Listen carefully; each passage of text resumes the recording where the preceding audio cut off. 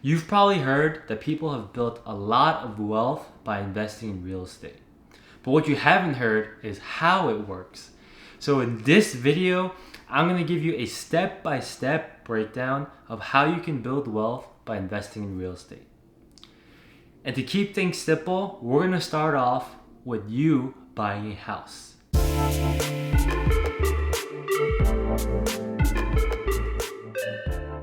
So this will be my attempt to make things as detailed but as realistic as possible, but most likely your situation will be different, so try to focus on the underlying concepts. So what we're going to do is take a look at the big picture of you buying a home and see how that changes your net worth on a month-to-month basis. Alright, so let's say you are living in San Diego and you're looking to buy a home. So we'll be using average numbers for this example. So that would mean you make the average household income of $88,000 and you're looking to buy something at the median price of $630,000. And you'll also be looking to hold it for about 7 years. And just for reference, for those who aren't really familiar with San Diego, you'd be able to get a newer townhome with about 3 bedrooms in a very good school district. The average down payment for the first-time home buyer is 6%. So that would mean you need about $37,000 to buy this house. That leaves you with a mortgage of $593,000. This is money that you borrow from the bank that you pay back over 30 years at a very low interest rate. But you can't forget there are some closing costs when you buy a house. So when you roll those into your mortgage, your total balance will be $598,000. That will bring your monthly mortgage payment to $2,646. And lastly, you have to add your property taxes, home insurance, and private mortgage insurance since your down payment is less than 20%. That brings your total monthly payment to $3,276. Now I know a lot of you guys are thinking that that is a lot of money, but this is where things get interesting. The first thing you have to consider is that there are many tax benefits when you invest in real estate. So any interest and property taxes are known to be what's called tax deductible. This means that any money you use to pay off these things, you don't have to pay taxes on. And for most people watching this, you probably have a W-2 job. This just means that you'll be getting a refund after you file your taxes. So now let's calculate how much you'll be getting back in taxes in this example. So when we take a look at your total mortgage payment, it's actually made up of 2 separate payments, interest and principal. The interest payment here is tax deductible. And now when we add up everything, including interest, property taxes, and private mortgage insurance, our total tax deductible amount comes out to $2,048. Now to calculate how much you'll get refunded, we have to look at your top tax bracket for your income of $88,000.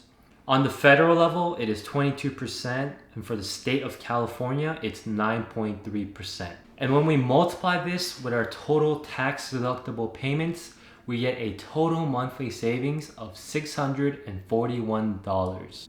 So after these savings, our total monthly payment comes down to $2,635. The next thing to consider is what we call principal paydown. This refers to the other portion of the mortgage that is apart from the interest.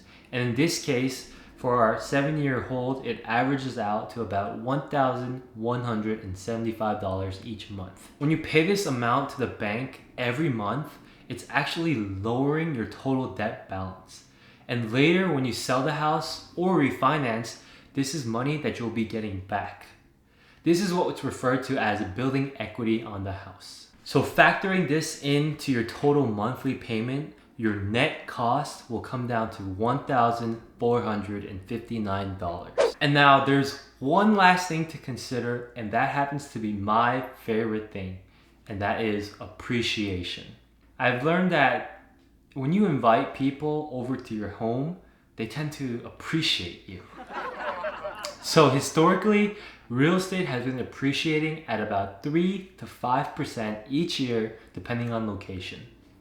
For high demand areas like California, it's closer to 4 or 5%, but let's be conservative and take 4%.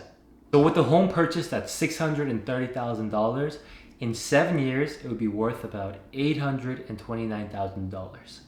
But when you sell the house, there are some costs to do that. So things like repairs, commissions, and closing costs. Considering all of those, your total gains would be about $153,000. And by the way, all of that money is yours tax-free. Like, that is incredible. Anytime you have a gain from selling something like stocks, a business, winning the lottery, or gold, you have to pay what's called capital gains taxes. But the government allows you to pay 0 since this was your primary home. So now, when we take the total gains and break it up into 7 years or 84 months, your monthly gain comes out to be $1,827. And finally, if we add up all of the things we just talked about, including tax benefits, principal paydown, and appreciation, your total net cost on a monthly basis comes out to negative $366. And the negative means that you're actually getting paid. And that is just a glimpse of how you can build wealth through real estate. Now, what I want to do is take a side-by-side comparison of buying versus renting, as I know a lot of people might be on the fence of choosing which to do, because this will show you the true impact of opportunity cost. And that is just when you spend money on one thing, you can't gain the benefit of the other thing. So let's take a look. So if you were to rent the same house, it would actually cost you $2,700 each month. In a year, it would total $32,400. Now, considering rents on average go up 4% each year, your total cost to rent for the 7-year period would be about $256,000. And when you rent, you don't need to put a down payment, so that $37,000 you would have put on the down payment, you can actually invest that in the stock market.